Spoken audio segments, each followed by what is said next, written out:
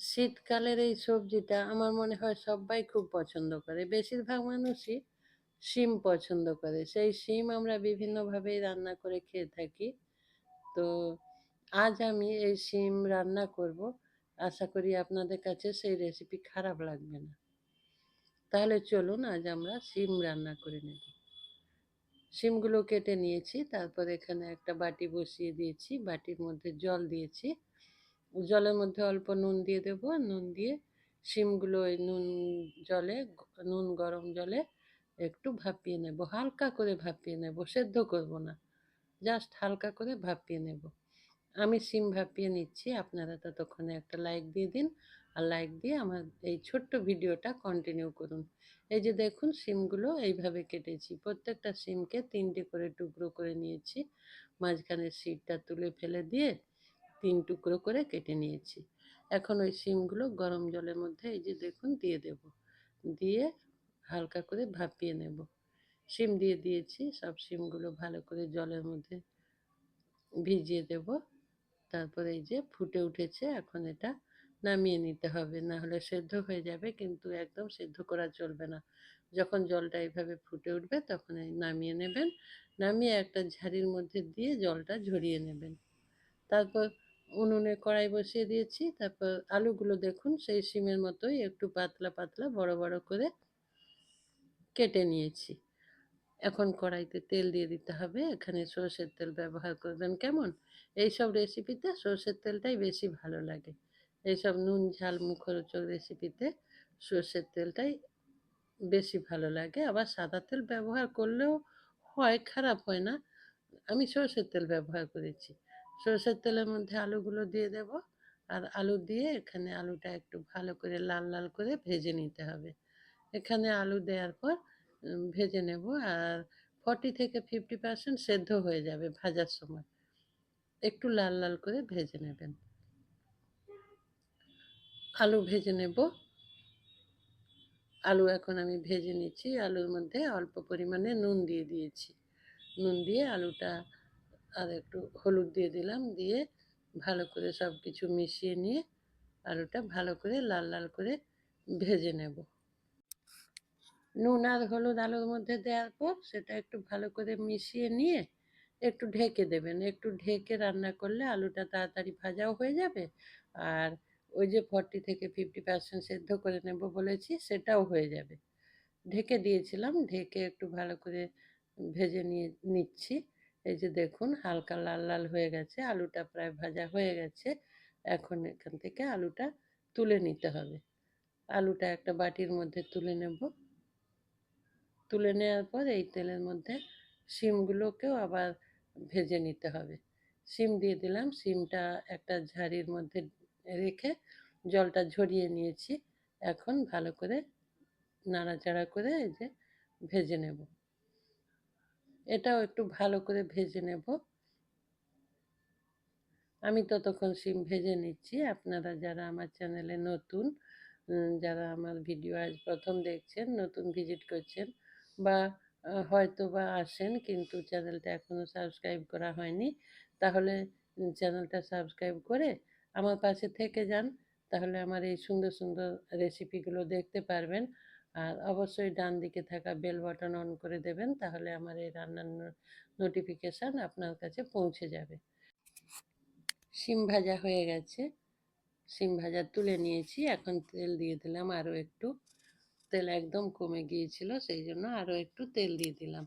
তেল দিয়ে তেলের মধ্যে গোটা জিরে দিয়েছি 1/2 চামচ, আর একটা তেজপাতা দিয়েছি, দিয়ে ফোড়ন ভালো করে ভেজে নিতে হবে। ফোড়নটা থেকে যখন সুন্দর একটা ফ্লেভার বেরিয়ে আসবে তখন আমি মশলাগুলো যোগ করে দেব। এখন আদা বাটা দিয়ে দিয়ে দিলাম 1/2 চামচ, 1 চামচের থেকে একটু কম দিয়েছি, আর কাঁচা লঙ্কা বাটা দিয়ে দিলাম, দিয়ে ভালো করে মিশিয়ে নেব। ভালো করে এটা ভেজে নিতে হবে, অল্প একটু জল দিয়ে মশলাটা কষিয়ে নেব। একদম সম্পূর্ণ নিরামিষ এই রেসিপি, শিমের এই রেসিপি একবার রান্না করে খেয়ে দেখবেন কেমন লাগে, গরম গরম ভাতের সাথে, বা এটা রুটি দিয়েও খাওয়া যায়। সম্পূর্ণ নিরামিষ শিমের এই রেসিপি, একবার ট্রাই করবেন। আর যদি ভালো লাগে অবশ্যই আমাকে কমেন্ট করে জানাবেন। এখানে ধনে গুঁড়ো দিয়ে দিলাম 1/2 চামচ, আর জিরে গুঁড়ো 1/2 চামচ, 2 রকম দিয়ে দিলাম। এখন হলুদ গুঁড়ো দিয়ে দিচ্ছি, আর সামান্য পরিমাণে লাল লঙ্কার গুঁড়ো দিয়ে দিলাম। ঝালটা আপনারা আপনাদের মতো বুঝে দেবেন। এখানে কাঁচা লঙ্কা ব্যবহার করেছি, সেই জন্য লাল লঙ্কার গুঁড়োটা খুব কম দিলাম। আর কাঁচা লঙ্কাও আমি যে পরিমাণে দিয়েছি ওটা আপনারা যেরকম ঝাল পছন্দ করেন সেইভাবে দিয়ে নেবেন, কেমন? খুব বেশি দিয়ে দেবেন না, আবার যারা ঝাল কম খান তাদের জন্য বলছি। অনেকে আছে বেশি ঝাল পছন্দ করে, তখন একটু বেশি দেবেন। এখন মশলাটা কষিয়ে নিচ্ছি। মশলা থেকে দেখুন তেল ছেড়ে ছেড়ে এসেছে। এখন এখানে সামান্য পরিমাণে চিনি ব্যবহার করলাম, চিনি দিয়ে দিলাম, তাহলে সব কিছু টেস্ট ব্যালেন্স হয়ে যাবে। সেই জন্য চিনি দিয়ে দিলাম, দিয়ে আবারও একবার সব কিছু মিশিয়ে নেব। মিশিয়ে নেওয়ার পর এখানে আমি যেটা ব্যবহার করব সেটা হলো এই চামচটা 2 চামচ বেসন দেব। এই যে শুকনো বেসন ময়দার মধ্যে এইভাবে দিয়ে দেবেন। 2 চামচ বেসন আমি ব্যবহার করেছি। দুবার দেওয়ার সময় কম কম ছিল, সেই জন্য তৃতীয়বার অল্প পরিমাণে দিয়েছি। দিয়ে মশলার সাথে এই যে বেসনটা খুব ভালো করে মেশাবেন। দেখবেন যেন না বেশ গোল গোল ডেলা ডেলা হয়ে থাকে। এইভাবে খুব ভালোভাবে মিশিয়ে নিতে হবে বেসনটা মশলার সাথে।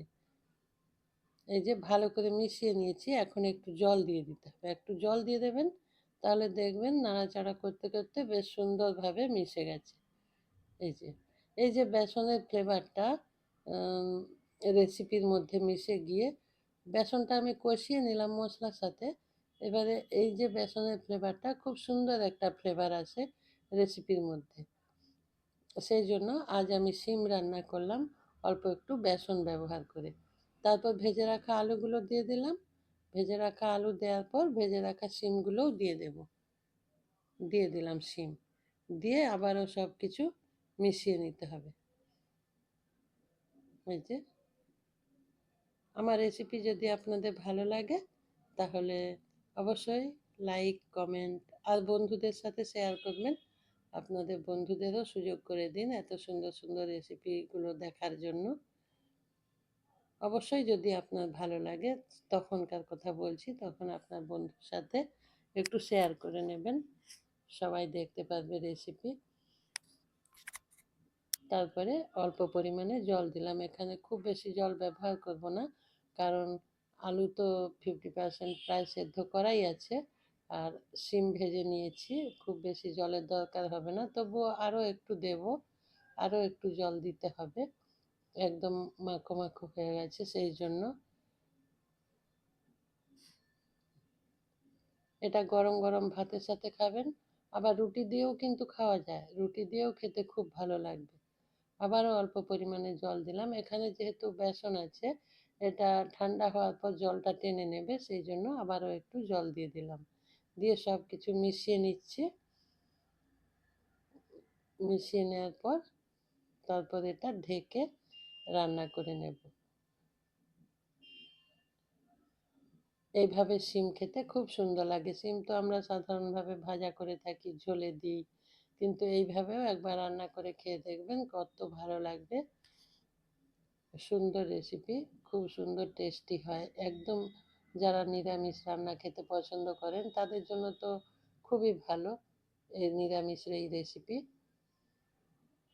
আর শীতকালে আমাদের মনে হয় প্রায় রোজই আমাদের বাড়িতে শিম থাকে, সেই জন্য বিভিন্নভাবে, একভাবে তো আর সব দিন খেতে ভালো লাগে না, সেই জন্য আমরা বিভিন্নভাবে শিমটা রান্না করে নিই। দেখে নিলাম আলুটা সেদ্ধ হয়েছে কিনা, হয়েছে কিন্তু অল্প বাকি ছিল, সেই জন্য আবার একবার ঢেকে দিয়েছিলাম, ঢেকে রান্না করে নিলাম। রান্নাটা প্রায় কমপ্লিট হয়ে গেছে। এখন আমি নুন দিয়ে দেব। নুন দিয়ে দিচ্ছি। নুনটা এই ক্ষেত্রে আমি শেষের দিকে ব্যবহার করলাম। নুন দিয়ে দিলাম, আর শেষে চেরা কাঁচা লঙ্কার পরিবর্তে একটু বাটা কাঁচা লঙ্কা দিলাম। তাতে দেখবেন ফ্লেভারটা আরও খুব সুন্দর একটা কাঁচা লঙ্কার ফ্লেভার পাওয়া যায়। দিয়ে সব কিছু আবার ভালো করে মিশিয়ে নেব। মিশিয়ে নেওয়ার পর আবার সামান্য মানে ২ মিনিটের মতো এটা আবার ঢেকে রান্না করে নেব। এই যে শেষে নুন দিলাম, এটা সব কিছুর সাথে সুন্দরভাবে মিশে যাবে, সেই জন্য আবারও ২ মিনিটের জন্য ঢেকে দিচ্ছি। ২ মিনিট পর দেখুন রান্নাটা হয়ে গেছে, এখানে আর সেরকম কিছু দেওয়ার নেই। এখন তেজপাতাটা তুলে ফেলে দিতে হবে। আর সব শেষে যেটা ব্যবহার করব সেটা ধনেপাতা। ধনেপাতা দিয়ে দেব শেষে, দিয়ে রান্নাটা কমপ্লিট করে নেব। আর তারপর ঢেকে কিছুক্ষণ রেখে দেব এই ধনেপাতার ফ্লেভার মিশে যাওয়ার জন্য। ঢেকে রেখে দিয়ে তারপর একটু ঠান্ডা হবে, হালকা গরম থাকতে থাকতেই এটা পরিবেশন করবেন। সমস্ত রান্নাই আমাদের মনে হয় খুব ঠান্ডা খেলে ভালো লাগে না, আবার খুব গরমও আমরা খেতে পারি না, সেই জন্য হালকা গরম থাকতে থাকতেই এটা পরিবেশন করবেন। শেষে একটু সাদা তিল ছড়িয়ে দিলাম। সাদা তিল ছড়িয়ে দিলে বেশ খেতে ভালো লাগে যখন তিলগুলো মুখে পড়ে। এখানে চার মগজও দিতে পারেন, যেটাকে আমরা মগজ বলি, সেটাও দিতে পারেন। আমি এখানে তিল দিলাম, দিয়ে সব কিছু মিশিয়ে নিচ্ছি। হয়ে গেছে শিম রান্না। এখন আমি এটা নামিয়ে এখন কিছুক্ষণ ঢেকে রেখে দেবো, তারপর সেটা পরিবেশন করব। গ্যাস অফ করে দিয়েছি, এখন এটা পরিবেশন করে নেব। আপনাদের যদি রেসিপিটা ভালো লেগে থাকে অবশ্যই কমেন্ট করবেন, লাইক করবেন, আর বন্ধুদের সাথে শেয়ার করবেন। আর আমার চ্যানেলটা সাবস্ক্রাইব করে আমার পাশে থাকবেন। এতক্ষণ যারা সঙ্গে ছিলেন সবাইকে অসংখ্য ধন্যবাদ। ভালো থাকবেন সবাই, সুস্থ থাকবেন।